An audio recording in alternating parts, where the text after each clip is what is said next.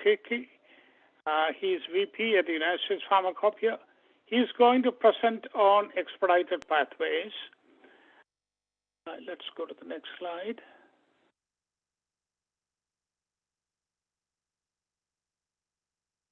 Today's moderators are Maria Manzeri. She's a pharmacovigilance scientist. She's associate EXCO member of the Industrial Pharmacy section. The next one. And the co-moderator, I'm a consultant working in the United States. Go to the next slide. Okay, I have a few announcements to make.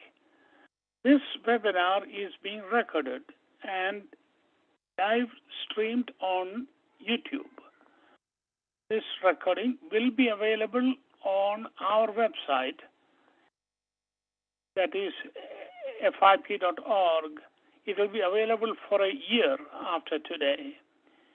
You may ask questions using the question panel that you will see at the bottom of the screen.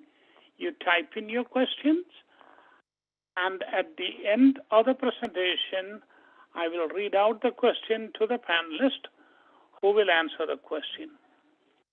You are welcome to provide feedback on our website. There you can see the website. We will welcome you to become a member of FIP, which is the international organization, which is the apex body for all national societies like AAPS, Royal Pharmaceutical Society, and others. Next slide, please.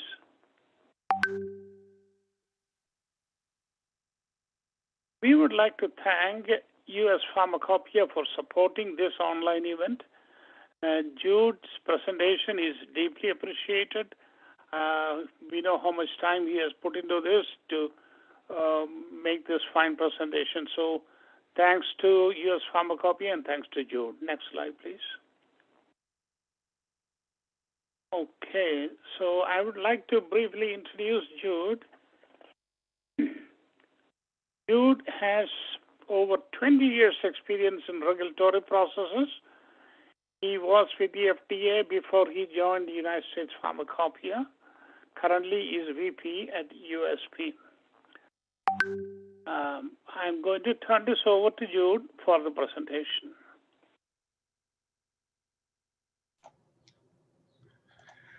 All right. Thank you very much, Matthew, and greetings to everyone. Thanks for joining us today. My name is Jude Mokike, as Matthew mentioned. I am Vice President and Director of the Promoting the Quality of Medicines program at United States Pharmacopoeia here in the US. In fact, it's actually a public holiday today in the US. It's Juneteenth. It's a public holiday, but I rather be having this discussion with you all today. So really want to thank you all and very happy to discuss this topic. I'd like to move on immediately to the next to really say that, as Matthew mentioned, today we'll be discussing expedited regulatory pathways. Want to really present to you with some slides that kind of begin to indicate that these expedited regulatory pathways are possible in developing countries, particularly where there are an adoption of reliance practices, good reliance practices, and where there are robust post-marketing surveillance systems. And so we will discuss some of these, and some of the topics you will hear, some of the content you will hear are increasingly getting more and more familiar given the recent COVID-19 and issues related to timely access to medicines. So in the next slide, we'll begin to discuss the importance of timely access to new medical products. The features of expedited regulatory pathways, including emergency use authorization, which most of you may be familiar with, good reliance practices and challenges to ease adoption in developing countries. Post-marketing surveillance, not just quality surveillance, but as well as safety surveillance for new products. And then I hope to close by giving you an example of things that can be done to build sustainable capacity to utilize expedited regulatory pathways. And so we will start first in the next slide with really talking about access. And I'm sure that most of you attending today's webinar know this already. But permit me to say that in many middle-income countries, the regulatory tools for timely access to medical products, particularly for those products that are going to meet unmet public health needs, those regulatory tools are often not there, right? So, and keep in mind here, we are focusing on unmet public health needs, right? The COVID-19 pandemic has shown the importance of having regulatory flexibilities for authorizing new medical products and rapidly manufacturing them at scale.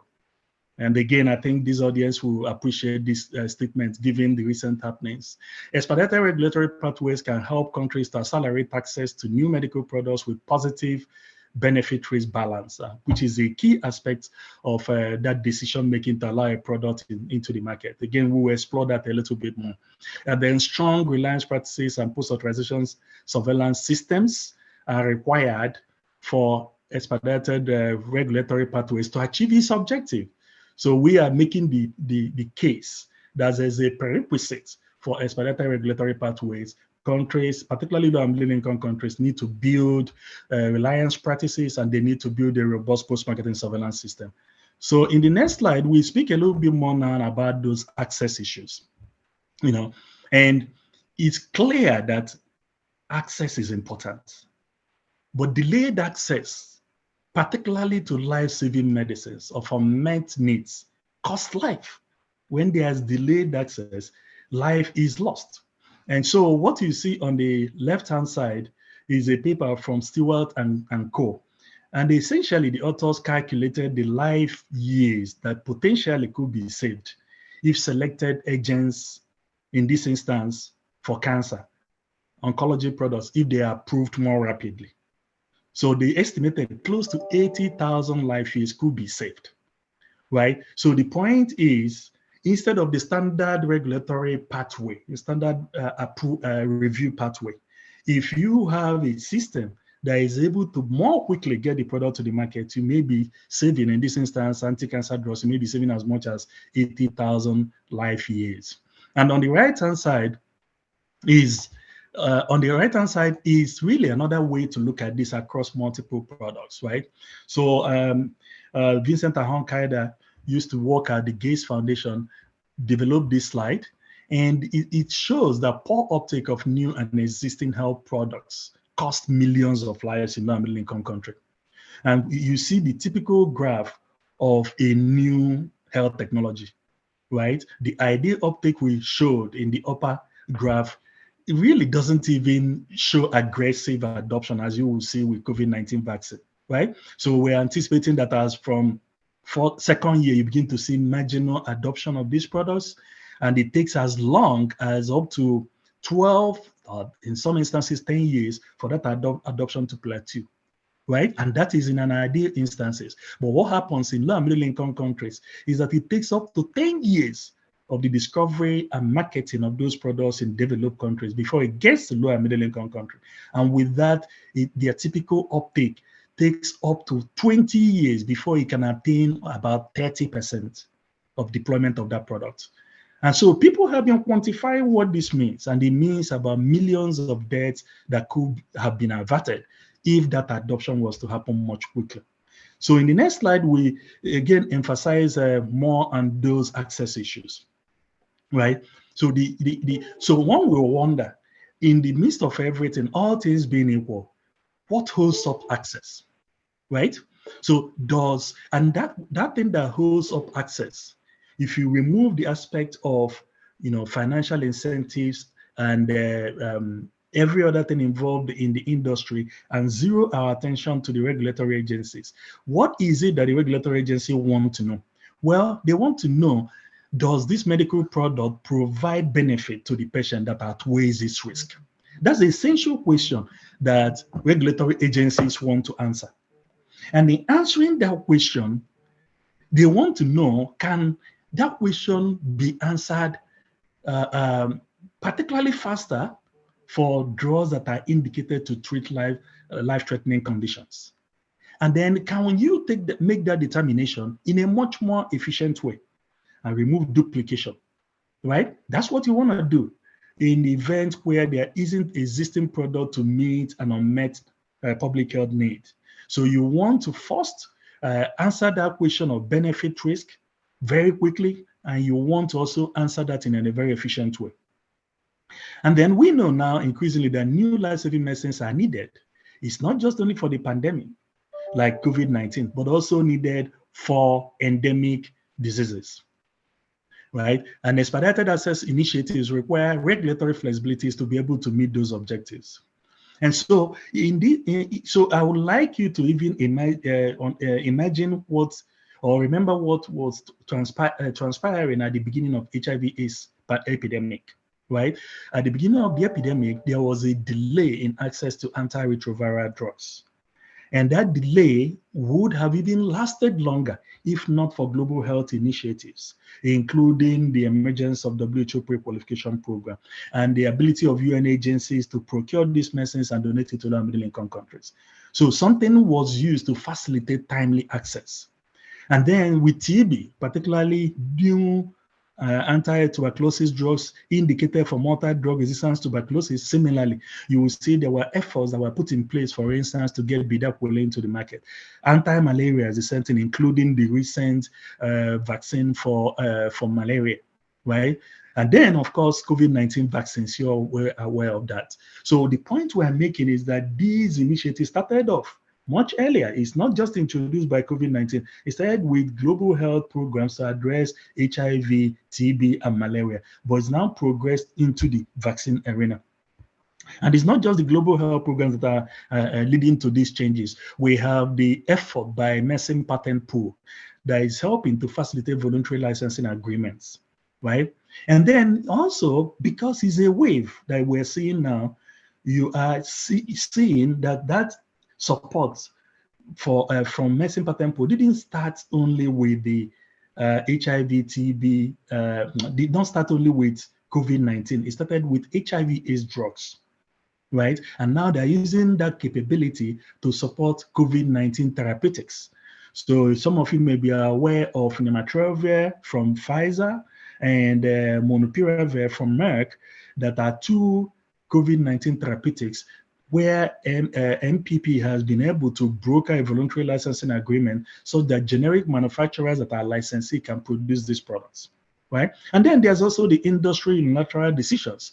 You may be familiar with a recent Pfizer announcement to provide nearly 24 patent protected medicines and vaccines to 45 poor countries, right? And then there is also effort by others, including Access to Oncology Medicine Coalition, to work again also with MPP to make oncology products available. So this is getting addressed, and in addressing it, everybody has agreed, or most people have agreed, that you tackle two issues. One is the license of being able to work out an arrangement for generic manufacturers to make this product. The other one is to build the regulatory capacity so that they can operate in an expedited way to enable access to these products. So if we go to the next slide, we begin to get deeper into this. So what does Expedited Regulatory Pathways try to show?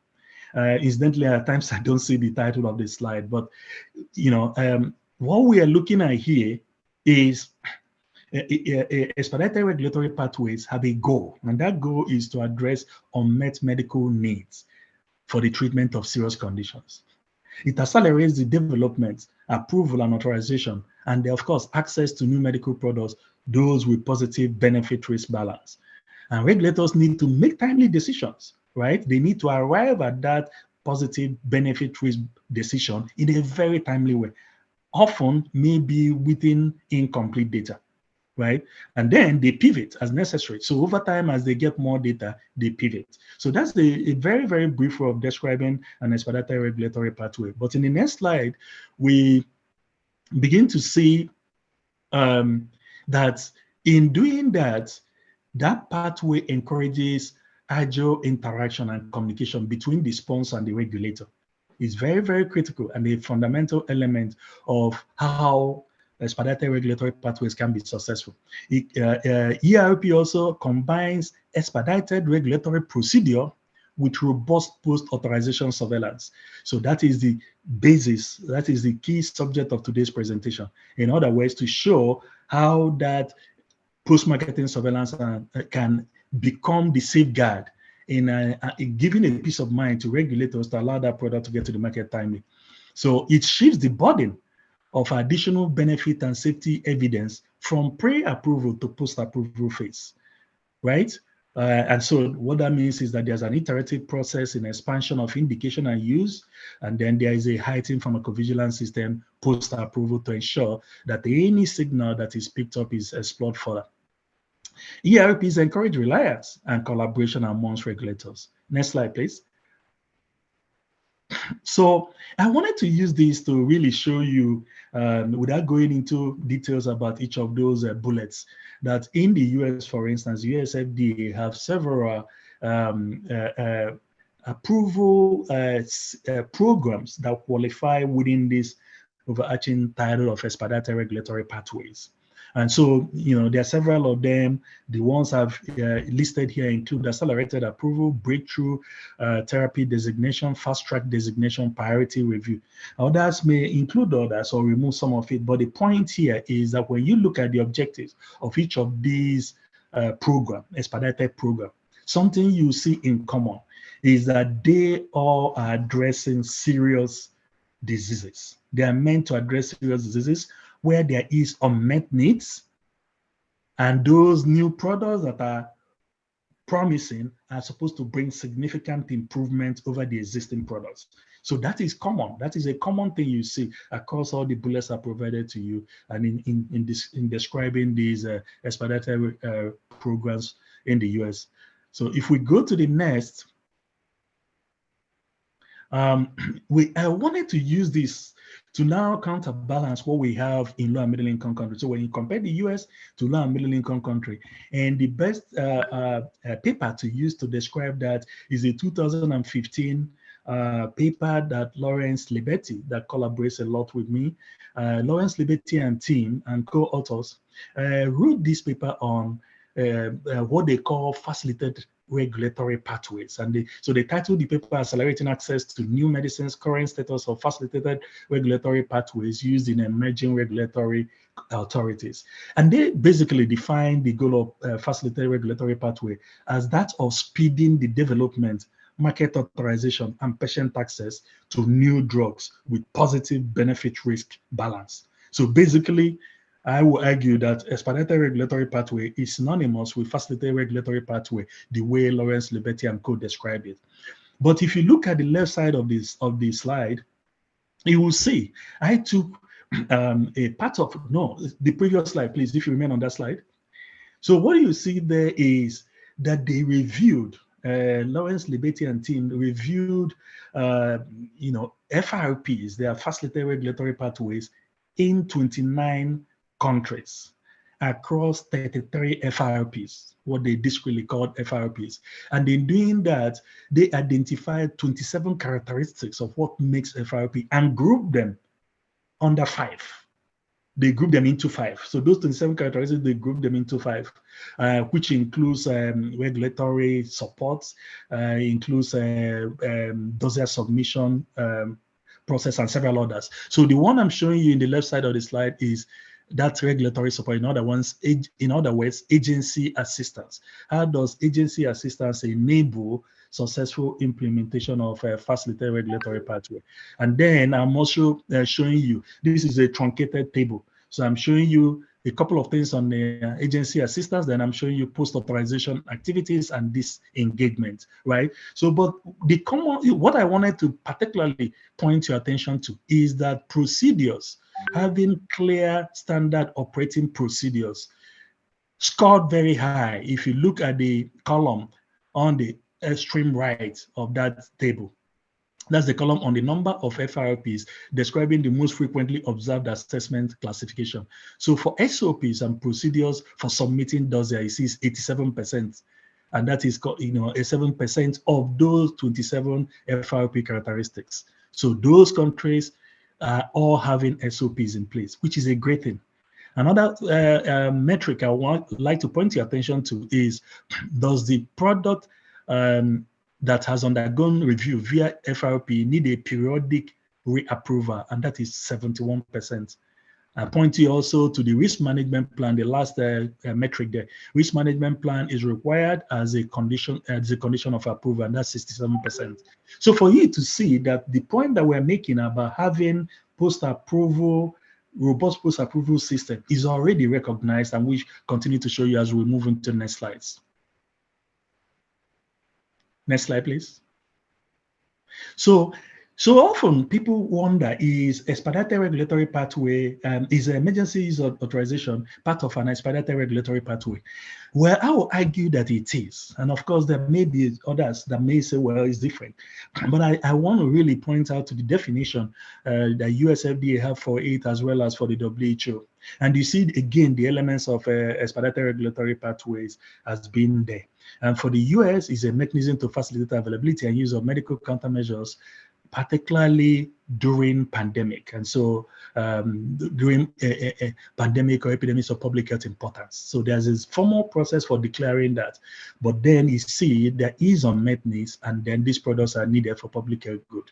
And WHO calls it emergency use listing procedure, and is a risk-based approach for assessment and listing of unlicensed vaccines, therapeutics, and in vitro diagnosis, with the ultimate aim of expediting the availability of these products to people affected by public health emergency, right? So again, you see that this is a process that is recognizing that the products need to be made available. There isn't existing product to address a public health need, so we have to quickly get products available to the population. Next slide. Next slide, please. Yes, so this slide tries to look at what are the differences between emergency use authorization and a standard approval. And so we used a couple of product quality related metrics to discuss this. Again, without going through that, we're trying to really make the point that the decision, the benefit risk decision that is taken at the point of expedited endorsement of a product, that decision continues to go through several iterations as we move along. And you can see similarities. Once you begin to go through that iterations, you begin to see similarities with what happens during standard approval. So if you take, for instance, for the active pharmaceutical ingredient, and also even the finished pharmaceutical preparation, the EUA will typically require the characterization of the active and the finished product, its composition, specification, impurities, and etc. And then the intended changes, right, as you begin to scale up, because this EUA may be granted before the actual full-scale commercialization of the product. But as against a standard approval, where you have a complete data on the drug substance and drug product and its manufacturing quality and specifications. And in fact, the commercialization of manufacturing, commercialization and scale up doesn't happen until the regulatory approval is obtained. Right? And then you see things like stability. Of course, you can get long-term stability data when you are faced with a public health emergency. And some of these data are required for up to 2 years, right? So for emergency use authorization, it could be short-term stability data that is available. But progressively, as more of the stability data is obtained, it is made available to the regulator. Inspection may rely on previous GMP inspection. And you saw that play out during COVID-19, where the regulatory authorities were not even able to travel. So they were relying on the historical quality compliance of the manufacturers to get a sense of the state of GMP compliance in those countries. And at times also there's remote inspection that was done. And then post-authorization variation for EUAs seem to be more frequent, because you continue to see changes as they are learning more about the stability of the product, or as they're commercializing the manufacturing process, right? So you expect more variations, and for standard approval, the variations are usually more streamlined and seem to be fewer. Next slide. So transitioning from an EUA to a full approval is something that we've thought of, and others have been thinking about this, because we're beginning to see that happening. In this instance, you're seeing this, the table here is showing the case for medical devices, particularly IVDs, right? So if you're considering an item like review of data on the quality of the manufacturing, the EUA, under EUA, review of the manufacturer's quality management system documentation and specific manufacturing documents are obtained and looked into and reviewed. But for full regulatory review and transition into full approval, regulatory agency may conduct audit to document compliance to ISO 13485, right? Or have a reliance way of doing that, particularly using the INDRF, right? Through their single audit process, single audit program. So there are ways of ensuring that that transition is smooth, and some of it are playing out. I wouldn't want to go into the details of the rest of the table, the sections of this table, but suffice that to say that that process of transitioning from EUA to a full approval is one that we have that most regulatory authorities are now confronting and implementing. Next slide.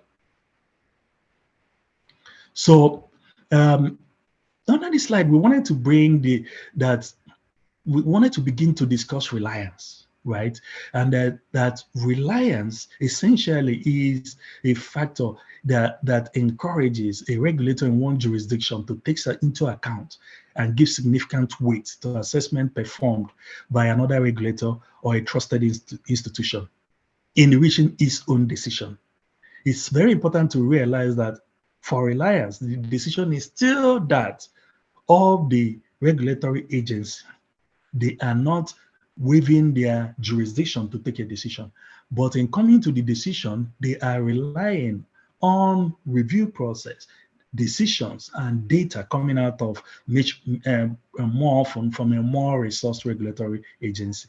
So that's reliance. And it repurposes resources to value-added activities that cannot be undertaken by other authorities on your behalf. For instance, post-marketing surveillance of your own country, oversight of local manufacturers, and distribution of the product, right? So these are some of the activities that may not lend themselves as much to reliance.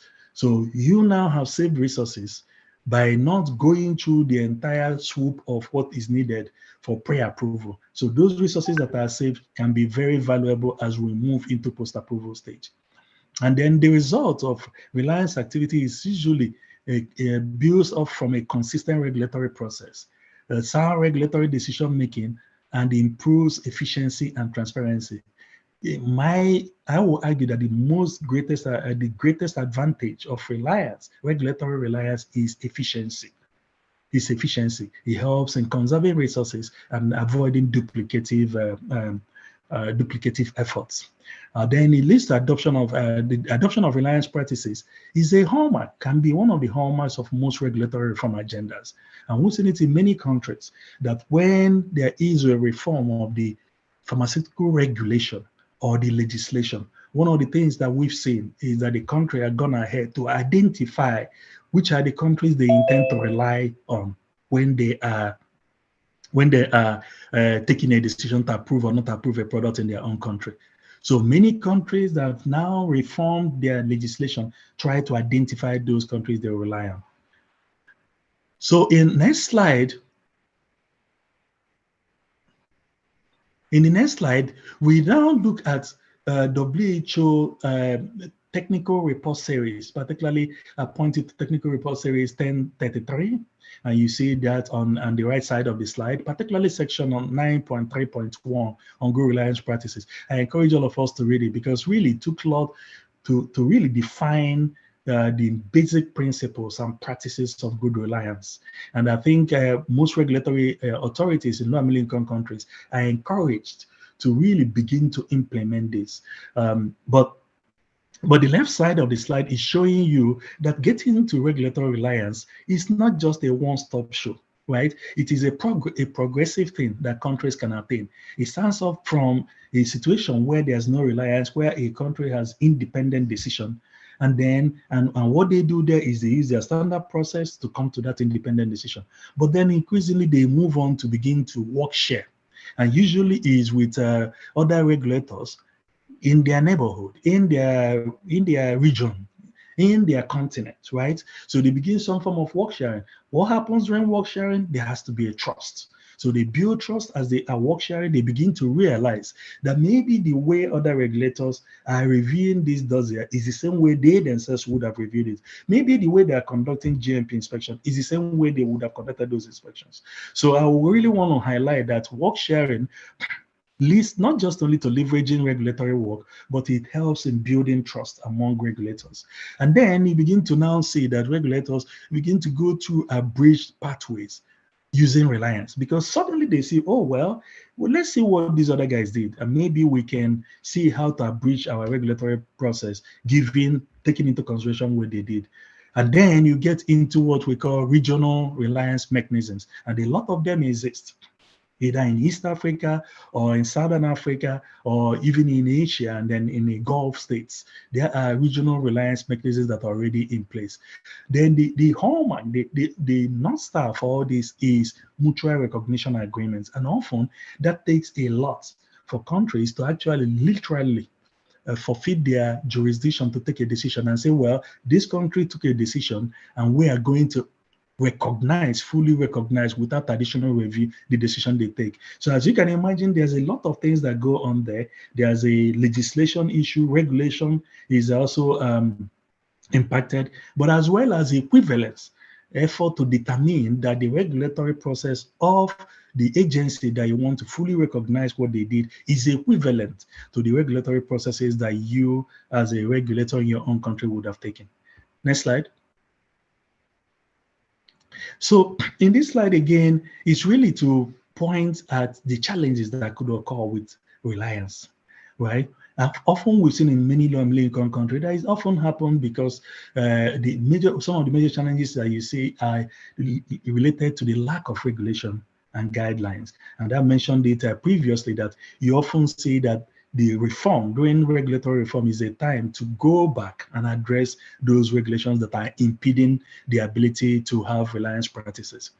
Often there's also rudimental information sharing, right? Because there are no formal ways as at yet in many low and middle income countries to operationalize these reliance practices. And reliance relies, I would like to say, a lot on data, that you have visibility to the data and you're able to fully understand. Reliance doesn't mean that you don't do nothing. It doesn't mean you don't do nothing. It means that you understand what the agency you're relying on was able to do to be able to now effectively answer those questions in your own country. So when there are reports that are heavily redacted, it frustrates ability to rely. And then at times there are differences in the product and manufacturing size of the product, original product that was approved in the country you're trying to rely on. So when that product that is sent to low and middle income country is coming from another facility, or the dossier is different from the one that was submitted in the agency that the low and middle income country is expected to rely on, then it causes a problem in the ability to rely, because suddenly you're not necessarily talking about the same product. Next slide. So the systems, here we want to really begin to now talk about post-marketing surveillance. And these are systems that would define the approaches for surveillance and feedback on the safety and effectiveness of products approved through expedited, whether through expedited or standard regulatory pathways. Right? They are organized within the pharmacovigilance and post-marketing surveillance departments and systems in most countries.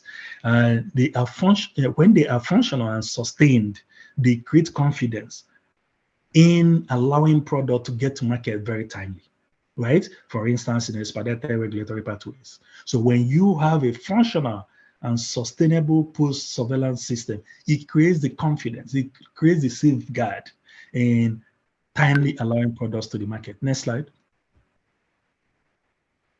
So this slide is really trying to advocate something that hasn't started happening a lot in many low and middle income countries, that when we talk about safety and quality surveillance, or quality and safety surveillance, it's very, very important that there are commonalities that should be utilized to again get to a point of efficiency.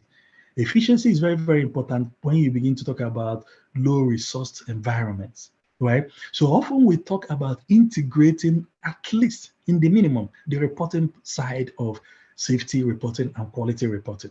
At the point of those passive reporting, there is a great deal of opportunity to bring that together, and then the investigation about the cause of the event that was seen can take either a biologic pathway or it can take a physicochemical pathway, right? So what this slide is trying to show you is several areas where safety surveillance and quality surveillance are similar.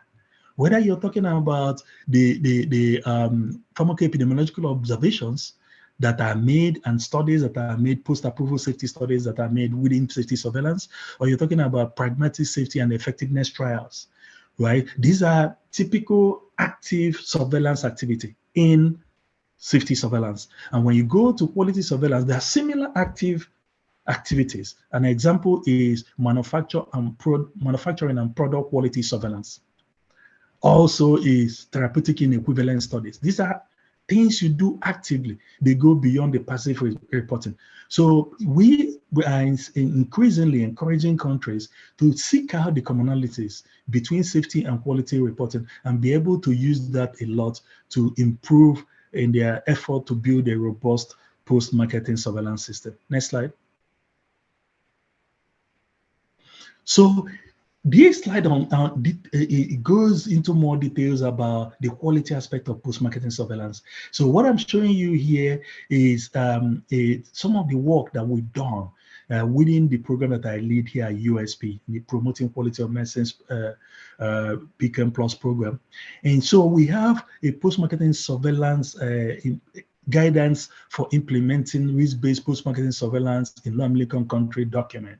And I will encourage each and every one of you to please have a look at it. But what it does is to begin to look at a risk-based approach, again in the spirit of efficiency, to enable countries to understand how to use a risk-based mindset throughout the process of post-marketing surveillance. And that is from the point of identifying the product that needs to be sampled, to the way the samples are collected, and to the ways that the product are tested. There are risk-based approaches to the kind of testing or the kind of screening that you need to do and how you progress from probably a screening to getting to the point of a pharmacopoeia compendial test.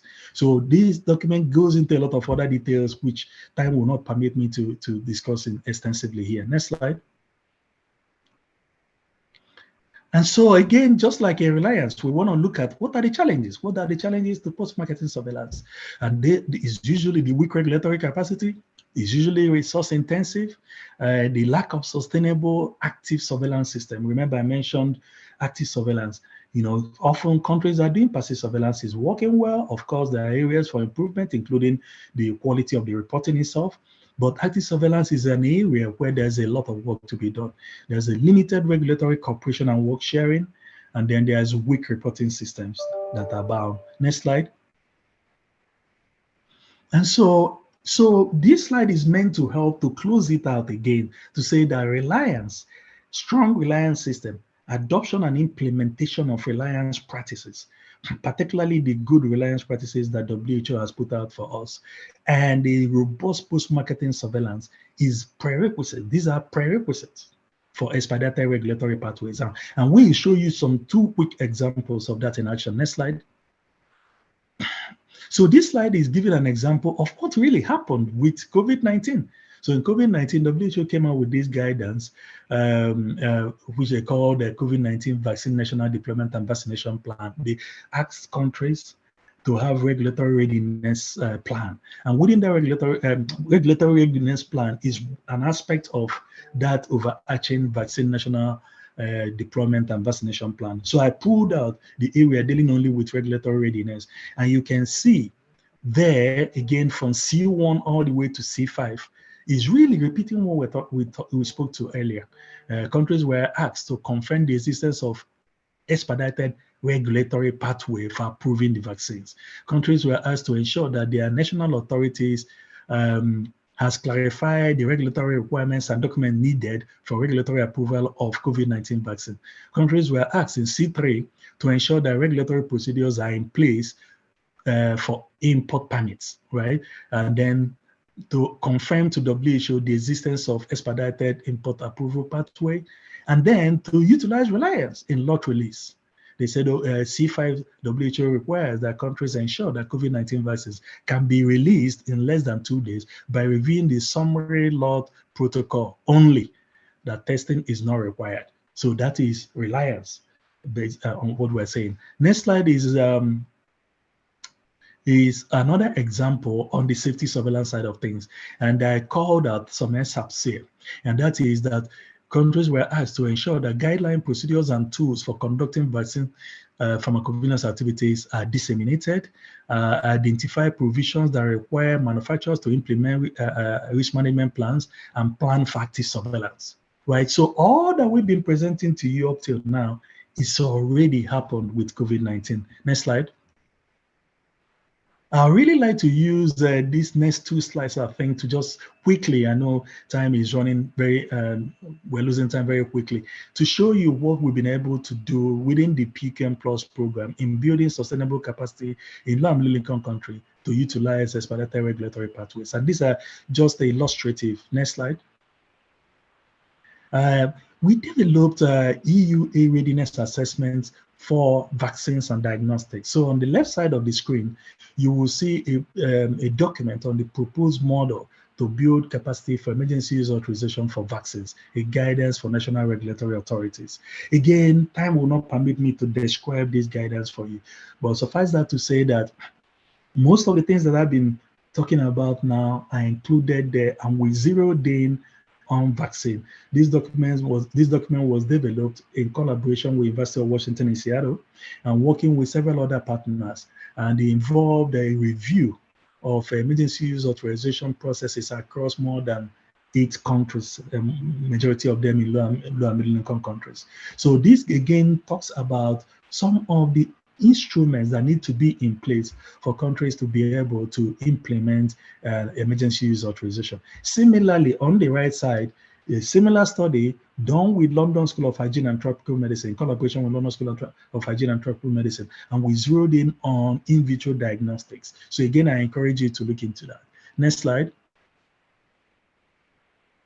So I think this is my last slide, but again, I pulled it from one of these documents I mentioned to you. So this is a table, a box from one of the documents I mentioned just in the previous slide, zeroing in on components of post-marketing surveillance that may be required in a specific country, in this instance, Nigeria, that is required under the Nigeria policy. So when this study was going on, they reviewed, again, like I said, about 8 countries, and then they put some of what they have already in their EUA. So for the case of Nigeria, you can see the bullets there: submission of reports on specific adverse events of interest in an expedited manner is required. Submission of adverse event summaries in a more frequent interval is required. Ongoing extended safety follow-up and a pharmacoepidemiology study, and then a pregnancy exposure registry. So all that again is to say, countries are beginning to recognize that yes, expediting the access to drugs for medicines for unmet needs is very critical and important, and it needs to happen. But it has to be followed by a post-marketing surveillance for both safety and quality that is really sustained and quite robust. And with that, I think that should be the last slide I have. Oh, well, yes, this slide is a summary slide. Sorry, I forgot that. To really show you that it wasn't only in one country, but we have several other countries where we've supported in related activities. So what you're seeing here is in helping countries to build quality control capacity. We've worked across quality control laboratories for pharmaceuticals, for medicines in 17 countries, for biologics in 6 countries, and for medical devices in 4. And within post-marketing surveillance protocol for implementing what I mentioned as the risk-based post-marketing surveillance system, we've worked with 17 countries to help them develop their own guideline using an example from what we produced. And then for COVID-19, supported 4 countries in developing their EUA, 2 countries to develop their guidance documents, and then for adverse events following immunization supported 6 countries, and for lot release testing those number of countries. So I think that's finally now, this is surely my last slide, right?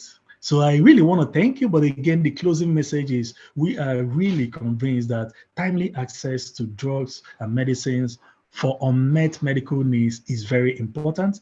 But for you to build that system to ensure that it happens, you need strong reliance practices, and then you need a strong and robust post-marketing surveillance system. Thank you very much.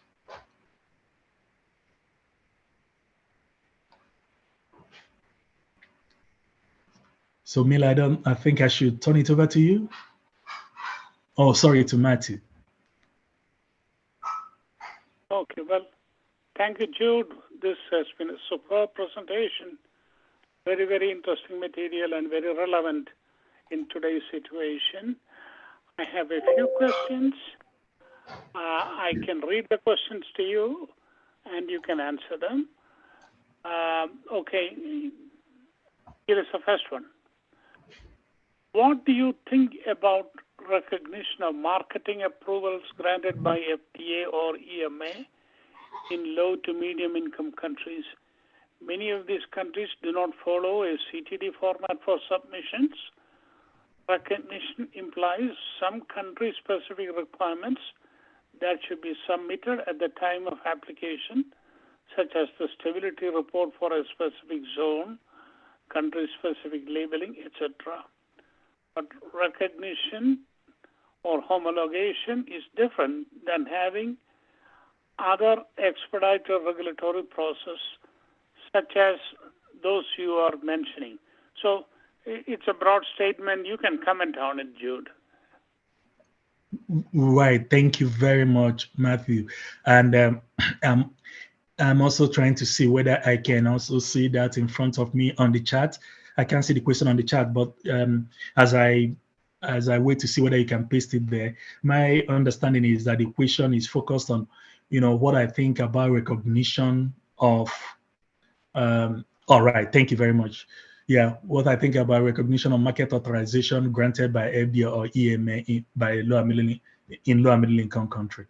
Given that they don't follow the CTD format.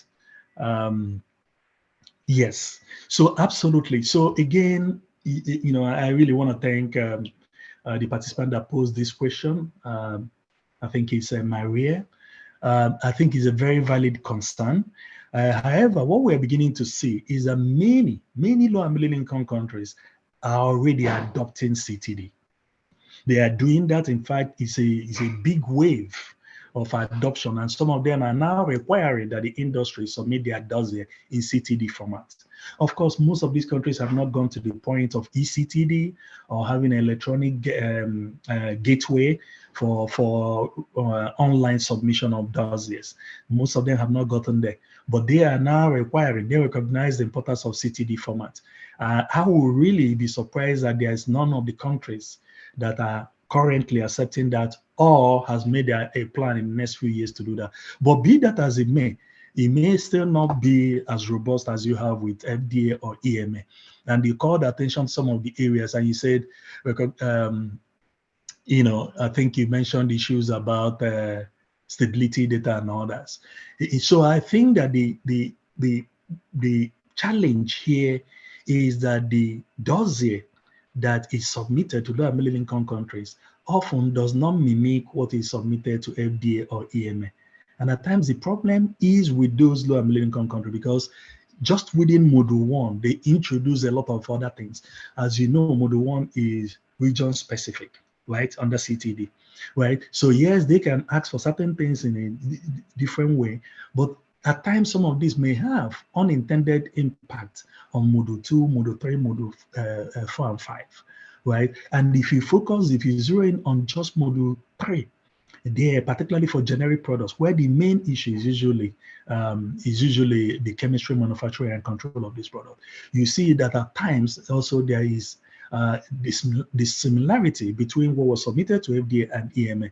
So essentially what I'm saying is it does happen, but the only way to fix that is to continue to encourage this low and middle income country to improve on their CTD, on their requests, on their effort to adopt CTD format and ensure that there is a great deal of similarity between the DOTs that are submitted to much more mature agencies compared to the DOTs that are submitting to low and middle income countries. That will reduce the regulatory burden for the industry, and we even facilitate the review by low and middle income countries. I think there's an aspect of your question that says recognition implies that some country specific requirements should be submitted at the time of application, such as stability report. And completely agree with you. And some of these are not happening in reality now. So again, part of what we need to do is to ensure that there is a harmonized, that we get to the level of harmonization of what is required, including with regards to stability data for countries, whether it has to do with the climatic zones, or it has to do with the actual content of that stability study report. We have to ensure that there's a great deal of harmonization that's going on, and WHO and ICH has championed this already. Sorry, I'm not sure I touched every aspect of your question, but I'd like to stop there for now. So Maria is going to have a comment on this. Maria, please go ahead.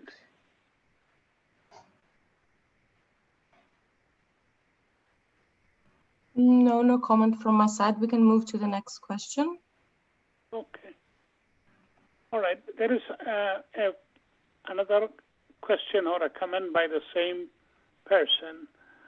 I mean, not having EUA regulations in each country, but a process to recognize that those approvals obtained in high reference countries, regulatory agencies around the world, that way resources could be better addressed to post-commercialization surveillance. How to make this possible? I think the way to make it possible is, again, ensuring that first off is starting with reliance, to make sure that the regulations in these countries have a clause or somewhere that it talks about reliance. And countries need to identify what I personally call reference regulatory authorities or reference regulatory agency. Who do you reference, right? And be able to say, okay, well, if this is a decision that WHO has taken, FDA has taken, EMA, Health Canada, TGA, that we are going to lay a lot of weight, we are going to rely on those decisions. And then from reliance, I think your question also went into recognition. I really think that recognition is really going to take a long time, because again, we are differentiating reliance from recognition. Recognition is an instance where, you're really taking the decision of the agency, another agency, fully into consideration. You are not doing much again. So it borders on jurisdictional issues. It borders on, there's a lot of issues related to equivalence, making sure that the regulatory processes are equivalent. Those issues need to be addressed before that happens. So I think if we are looking at the aspect of your question, which again I'm now reading, one of the challenges in implementing reliance mechanism is access to unredacted assessment reports. If that is the question, sorry, I don't know whether that's eventually the question I landed on, but really very sorry, I'm not seeing some of the questions on the screen. But I think the first and second are related. You really need to build a reliance process.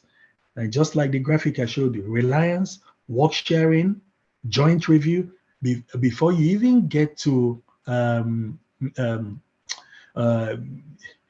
before you get to recognition. So there has to be a way where there is work sharing, there is reliance, there is recognition. We cannot encourage countries to go straight into recognition, because the elements of what will support that recognition is not there. Each country must still have to answer for itself. If there's a product that was approved, either using a reliance mechanism or using a recognition mechanism, and in the event that there is a medication mishap in that country, a country will not just answer to their citizens by saying, well, yeah, we just did it because this country did it. They need to be able to answer by saying, well, these are the things we looked into. And by the way, we are also aware that these other countries looked at the same things. So with that, we really want to encourage that it starts off first with making sure that there is a robust reliance system in the legislation of the country. Over. Okay, let's go to the next question. Compliments to you, Jude. Thank you for the presentation. You mentioned that expedited regulatory pathways require good reliance practice. Does reliance need to be explicitly established in the drug regulation laws, or it can be just done at the operational level in the standard operating procedures and guidelines without including it in the law? Wonderful. Thank you, Sandra. And this one, I'm seeing it on the screen. And thanks so much, Matthew, also for reading it out. And it's a very straightforward one for me. My short answer is yes. I really strongly encourage that the reliance should be included in the drug regulation. It should be included because that gives a lot of impetus on the reviewers to actually do that in reality. And then I will also say yes, even at the operational level, you need to see procedures, SOPs in place. Remember the Larry Liberty article that I shared with you, where he identified that as much as 87% of the countries say that there's a SOP in place for what they call the facilitated regulatory pathways, which I argue is similar to expedited regulatory pathways. So they were able to document that an SOP was in place as well. So Sandra, I will really encourage that it should be there in the regulation. Over. Okay, here is another comment about your session, Jude. Very good session. I would like to know more about FIP. What is the role of FIP in the current scenario? So that's something for us to respond, and we'll respond separately on that. Here is another question. Many thanks for this very important and interesting presentation. A lot of important publications have been shown on slides. I had two questions. Could you please develop a list of most important relevant documents and send them in the Q&A box by the end of the event in order that we could easily find it and use them later? And the second point, could you advise articles and other sources which describe the problems and achievements, examples from LMIC-related issues, etc.? So this is something that we as organizers can place on our website, and it's basically something that I will work with Jude and see if we can do that. So absolutely. Jude doesn't need to answer that. There's another question here. No, completely agree with you, Matthew. Let's work together and we provide those resources to the participants. Over. Okay. Here is another one. Thank you for your presentation. Can children over 6 months be vaccinated for COVID-19?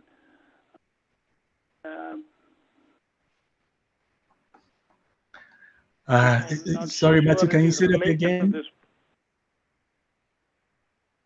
Can you repeat the question? I think the questions take time before they get into my chat box. I don't know why that is, but if you can repeat the question again for me. Yeah, I will read it again, but I don't believe it is directed towards this particular presentation. Okay. Let me read it. Thank you for your presentation. Can children over 6 months be vaccinated for COVID-19? No, I have no answer for that. Like Matthew mentioned, is outside the content of the topic for today. Sorry about that. Here is another question. What are the minimum documents that we as LMIC should ask from applicant or reference authority to take market authorization approval decision based on reliance? Sincere apologies again, Matthew, if you may repeat, please. Oh, I've seen it now. It's there now. The minimum documents that LMIC should ask from applicants or reference authorities to take market authorization approval decision based on reliance? Well, yes, again, thank you very much. That's a good question. I would say that in the minimum, you should be able to access the public assessment reports. We call them PAS. So WHO has that. TGA have that. The FDA have that. They call them different names. US FDA, you may get that from drugs at FDA, and there's at times within the drugs at FDA, you may look for the drug approval package. And within that, at times, you see actually the detail of reviewer, what the reviewers went through, and the reviewers' reports. For WHO, like I mentioned, it's called the Public Assessment Report. The EMA has got PARs as well, Public Assessment Report. So many of these stringent agencies have got Public Assessment Report. I would say that in the minimum, that's where to start. Of course, some of those reports are highly redacted. And so you may have more questions, and when there is a reliance process or agreement set up with this agency, then you may be able, particularly with the approval of the sponsor of the product, you may be able to get more of those data. So that is just calling out a public assessment report, but there are other documents that can help in ensuring regulatory decisions based on reliance. Over. Okay, so that was the last question, and we want to give a huge thank you to Jude for the superb presentation. This is of huge interest in many of the low-income and middle-income countries. This is a very, very relevant presentation, and we will have the slides available to those who are interested. As I said at the beginning of the presentation, this recording is available on our website. It will be available for a whole year. So those of you who are interested in going back and looking at it, please feel free to do so. You don't need to be a member. We welcome your membership, but you don't need to be a member to view this recording later. This recording is available in Mandarin, in French, and in Spanish. So there we are, and thank you. Thanks to my co-moderator. Thanks to Jude. Thanks to Mila for organizing this very much. We will close here. And thank you very much. And bye, everyone.